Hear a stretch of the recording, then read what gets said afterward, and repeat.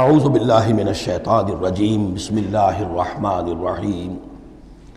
وَقُلِ اعْمَلُوا، لیکن ساتھ ہی آپ ان کو وہی جو کمزور لوگ تھے کہہ دیجئے، یہ بھی کہہ دیجئے اعملوا، اب دیکھو عمل کرو، اب محنت کرو، اثر نو کمر کسو،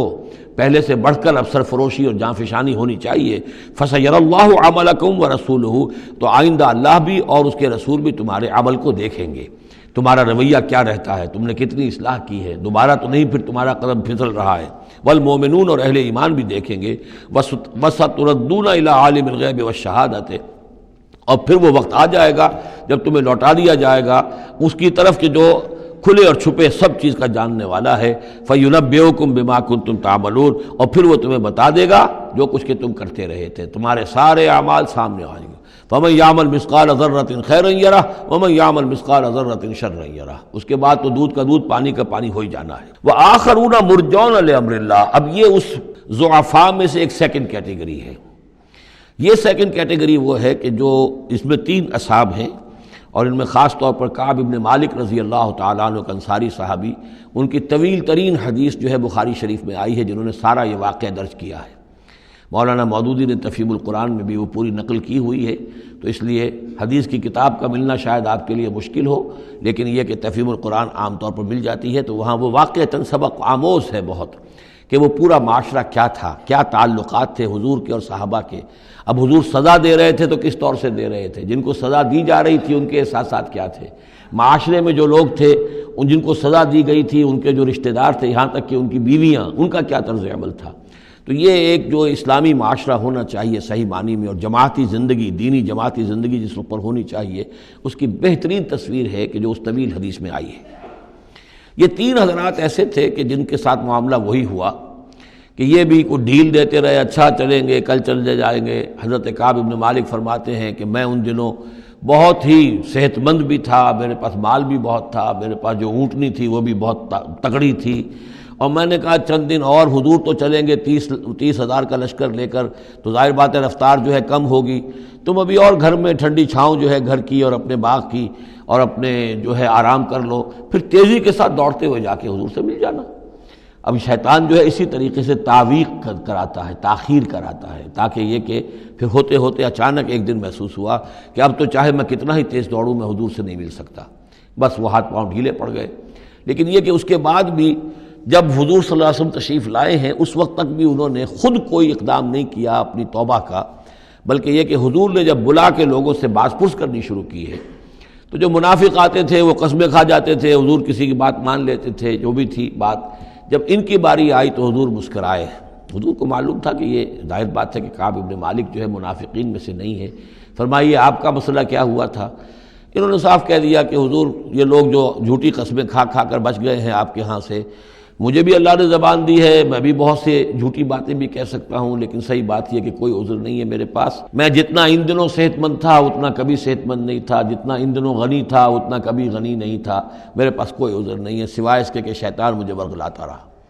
تو حضور کو نے پھر ان کو، اور ان کے ساتھ 2 اور ساتھی تھے، ایسے 3 کا معاملہ یہ تھا، تو انہیں ایک سزا دی گئی، اور سزا مقاطعے کی تھی، سوشل بائیکاٹ، کوئی ان سے بات نہ کرے۔ وہ ان کے اوپر 50 دن جو گزرے ہیں، گھر میں ان کی بیوی ان سے بات کرنے کو تیار نہیں ہے۔ پوچھا گیا کہ میں بیوی یہاں پھر میں رکھوں یا نہ رکھوں؟ بیوی نے آ کر کہا بوڑھے آدمی ہیں، کوئی ان کی خدمت کرنے والا نہیں ہے کہ رہ سکتی ہو، لیکن شاید انہوں نے بعد میں اپنی بیوی کو بھی بھیج دیا تھا، اس لیے کہ کسی کے پاس جاتے تھے کہ اللہ کے بندے تمہیں تو معلوم ہے کہ میں منافق نہیں ہوں، میں مسلم ہوں، اور تم مجھ سے بات نہیں کرتے ہو، تو وہ جواب دیتے تھے مسلمان اللہ و رسولہ عالم، اللہ اور اس کے رسول کو زیادہ بہتر معلوم ہے، اور منہ موڑ کر چلے جاتے تھے۔ تو یہ وہاں کا معاشرہ جو ہے اس کے اندر جو نظم تھا، ضبط تھا کہ ہمارے نبی نے چونکہ انہیں سزا دی ہے لہذا اب ان سے کوئی کلام نہیں کرے گا۔ اسی میں وہ واقعہ بھی پیش آیا، چونکہ 50 دن کا لمبا معاملہ تھا، کہ ملک غسان کا جو ہے ان کے پاس ایک آ گیا ایلچی، اور اس کا خط اس نے دیا، اور اس میں یہ لکھا ہوا تھا کہ ہمیں معلوم ہوا تمہارے ساتھی تم پر بڑا ظلم کر رہے ہیں، تمہارے صاحب جو ہے یعنی حضور صلی اللہ علیہ وسلم، تم تو بڑے شریف آدمی ہو اور تم بڑے اپنی قوم کے جو ہے وہ بہت سربراہ لوگوں میں سے ہو، تم ایسے تو نہیں ہو کہ تم اس طرح ذلیل کیا جائے، تم ہمارے پاس آؤ، ہم تمہیں اپنے یعنی اونچے درجے دیں گے اپنے دربار میں۔ تو انہوں نے کہا یہ اور مصیبت آئی، اور وہ خط لے کر پھاڑا اور تندور کے اندر پھینک دیا۔ ورنہ یہ کہ اگر ذرا سی بھی کوئی کمزوری ہوتی تو یہ کہ اس شیطان نے اس کمزوری کو ایکسپلائٹ کرنے کا بھی اتنا بڑا جو ہے داؤ کھیلا تھا۔ بہرحال ان کا ذکر ہے یہ۔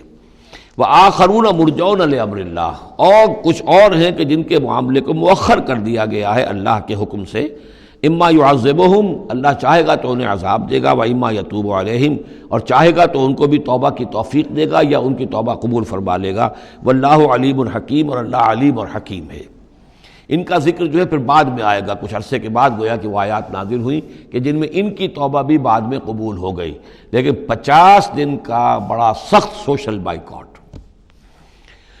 والذین اتخذوا مسجدا ضرارا وکفرا وتفریقا بین المؤمنین وارصادا لمن حارب اللہ ورسولہ من قبل، اور وہ لوگ کہ جنہوں نے ایک مسجد بنائی ہے ضرار کے طور پر، زدم زدہ، ضرر سے ضرار باب مفعلہ ہے، وکفرا اور کفر کے لیے، وتفریقا بین المؤمنین اور اہل ایمان میں تفریق پیدا کرنے کے لیے، وارصادا لمن حارب اللہ ورسولہ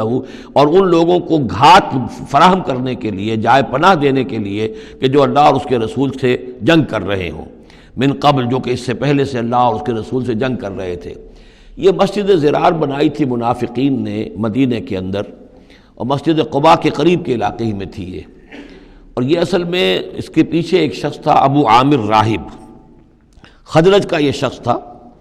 اور یہ شخص بھی ویسے بڑا عالم شخص تھا، اور یہ عیسائی ہو گیا تھا اور راہب ہو گیا تھا، جیسے کہ ورقہ ابن نوفل تھے، وہ قرشی تھے، لیکن وہ بھی ان کی طبیعت سلیم تھی، عقل سلیم اور فطرت سلیمہ کی روشنی میں انہوں نے بھی اس وقت پھر بت پرستی چھوڑ کر اور عیسائیت اختیار کر لی تھی۔ کان یکتب التوراۃ بالعبرانیہ، اور اتنے بڑے عالم تھے کہ تورات عبرانی زبان میں لکھا کرتے تھے۔ تو اس حوالے سے اسی طرح کی ایک پیرلل شخصیت یہ ہے، ابو عامر خزرج کے تھے یہ، لیکن یہ شخص جو ہے راہب بنا، لیکن اس کو معاملہ برعکس ہوا۔ ورقہ ابن نوفل نے تو حضور کی تصدیق کی، جب حضرت خدیجہ رضی اللہ تعالی عنہا لے کر گئی ہیں حضور کو، ان کا کہ یہ وہی ناموس ہے جو موسیٰ اور عیسیٰ پر آیا تھا، اور اللہ کرے کہ میں اس وقت تک زندہ رہوں جب کہ آپ کی قوم آپ کو یہاں سے نکال دے گی۔ تو حضور حیران ہوئے، ابا مخرجیہم، کیا یہ لوگ مجھے یہاں سے نکال دیں گے؟ تو ان کا کہ ہاں یہ معاملہ ایسا ہی ہے، جس کے ساتھ بھی ہوا ہے پھر اس کی قوم نے اس کے ساتھ دشمنی کی ہے۔ تو برعکس رویہ یہ تھا اس کا، ابو عامر خزرجی کا، کہ یہ جو ہے حضور کا شدید ترین دشمن ہو گیا۔ بدر کی شکست جب ہو گئی کفار کو، تو پھر یہ مکے ہی میں جا کر آباد ہو گیا، اور وہاں یہ سازش کرتا رہا، اور یہ فوج جو ابو سفیان لے کر آئے احد میں، اس کے پیچھے بھی اس کی سازش کار فرما تھی، اور احد میں ساتھ آیا مشرکین کے، اور وہاں آ کر اس نے مسلمانوں کے جب لشکر آمنے سامنے ہوئے تھے دامن احد میں، تو اس نے باہر نکل کر تقریر کی تھی انصار مدینہ پر، جو بھی اثرات اس کے تھے، قدیم کے نیک آدمی تھا، عالم آدمی تھا، زاہد آدمی تھا، راہب تھا، تو اس حوالے سے اس نے چاہا تھا کہ انصار کو برگشتہ کریں محمد رسول اللہ صلی اللہ علیہ وسلم سے کہ وہ علیحدہ ہو جائیں، لیکن اس کی کوئی چال چلی نہیں تھی، کامیاب نہیں ہو پائی تھی۔ پھر یہ کہ اس کے بعد جب حنین کی بھی جنگ ہو چکی، اور پھر تھک ہار کر جب اسے معلوم ہوا جزیرہ نمائے عرب میں تو میرے لیے کوئی جگہ نہیں ہے، تو پھر وہ شام چلا گیا تھا۔ شام میں مقیم رہ کر اس کا سلسلہ جنبانی جاری تھا مدینے کے منافقین کے ساتھ، اور وہاں سے اس نے انہیں حکم دیا کہ ایک مسجد بناؤ، ہو ذرا مدینے سے باہر، تاکہ جو بھی ہمارے سازشی عناصر ہیں وہ وہاں جمع ہو سکیں۔ یہ آپ کہیں گے مسجد ہے، یہ تو ہم مسجد میں نماز پڑھنے کے لیے جمع ہوتے ہیں، اور چونکہ مدینے سے ذرا باہر ہوگی لہذا اس کی خبریں بھی عام طور پر لوگوں کو نہیں ملیں گی، باہر سے کوئی پیغام مجھے بھیجنا ہوگا میں وہاں پہنچا دوں گا۔ تو نام اس کا مسجد رکھا گیا، اصل میں وہ فتنے کا ایک مرکز تھا جو تعبیر کیا گیا۔ تو والذین اتخذوا مسجدا ضرارا وکفرا وتفریقا بین المؤمنین وارصادا لمن حارب اللہ ورسولہ، یہ تھے مقاصد اس مسجد کی تعمیر کے، مسجد نما عمارت جو انہوں نے بنائی تھی،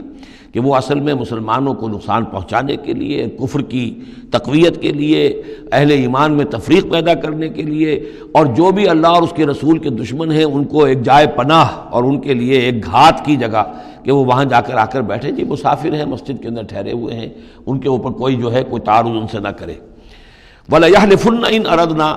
إِلَّا الْحُسْنَى، اور ان قریب وہ قسمیں کھا کھا کر کہیں گے کہ نہیں نہیں حضور، ہماری کوئی بری نیت نہیں تھی، کوئی ارادہ نہیں تھا، بلکہ یہ کہ ہم نے تو نیکی کا ارادہ کیا تھا۔ اصل میں دوسری مسجد ہم سے دور پڑتی تھی، کچھ جماعت میں ہماری کچھ نمازیں رہ جاتی تھی جماعت سے، ہم نے کہا کہ ہم ایک مسجد اور بنا لیں تاکہ ہماری تمام جو نمازیں ہیں باجماعت ادا ہو جائیں۔ واللہ یشہد انہم لکاذبون، اللہ گواہی دیتا ہے کہ یہ جھوٹے ہیں۔ لا تقم فیہ، انہوں نے آ کے حضور سے درخواست کی، ایک دفعہ حضور آپ تشریف لے چلیے، آپ کے آنے سے وہاں بڑی برکت ہو جائے گی، تو آپ مسجد جو ہے ہماری اس کو بھی یہ سعادت نصیب ہو جائے کہ آپ قدم رنجاں فرمائیں وہاں۔ لیکن اللہ تعالیٰ نے بر وقت روک دیا۔ لا تقم فیہ ابدا، اے نبی آپ اس مسجد میں کبھی کھڑے نہ ہوں۔ لمسجد اسس علی التقوی من اول یوم، یقیناً وہ مسجد جو پہلے دن ہی سے تقوی پر تعمیر کی گئی، مسجد قباء قریب ہی تھی، اور یہ وہ مسجد ہے کہ جو سب سے پہلے تعمیر ہوئی ہے، اور اس کی بنیاد تقوی پر تھی۔ حضور جب ہجرت کا سفر اختیار کر کے آئے تھے، مدینے پہنچے تو وہاں پہلا پڑاؤ تھا، مدینے سے 3 میل باہر، اس پڑاؤ کی جگہ پر یہ وہ مسجد قباء ہے۔ تو مسجد اسس علی التقوی من اول یوم، پہلے دن سے جو مسجد جو ہے تقوی پر جس کی بنیاد رکھی گئی، احق ان تقوم فیہ، وہ زیادہ حقدار ہے، مستحق ہے اس کی کہ آپ اس میں کھڑے ہوں، اس میں نماز پڑھیں۔ فیہ رجال یحبون ان یتطہروا، اس میں وہ لوگ ہیں کہ جن کو بڑی پسند ہے یہ بات کہ وہ بہت پاک رہیں، بہت پاک رہیں۔ واللہ یحب المطہرین، اور اللہ تعالیٰ کو ایسے لوگ بہت پسند ہیں کہ جو بہت زیادہ پاکی کو پسند کرتے ہوں۔ ان سے پوچھا گیا پھر مسجد قباء والے مسلمانوں سے کہ آپ لوگوں کی وہ کون سا وصف ہے آپ کا جس کی وجہ سے اللہ تعالیٰ نے اتنی مدح فرمائی ہے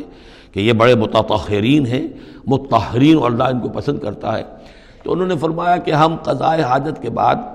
ڈھیلے بھی استعمال کرتے ہیں اور پھر پانی سے بھی طہارت کرتے ہیں۔ تو یہ دونوں طریقے سے وہ اپنا استنجا جو ہے وہ پوری طریقے سے کرتے تھے۔ اسی کو سمجھا گیا ہے کہ اللہ تعالیٰ نے اس کی تعریف فرمائی ہے۔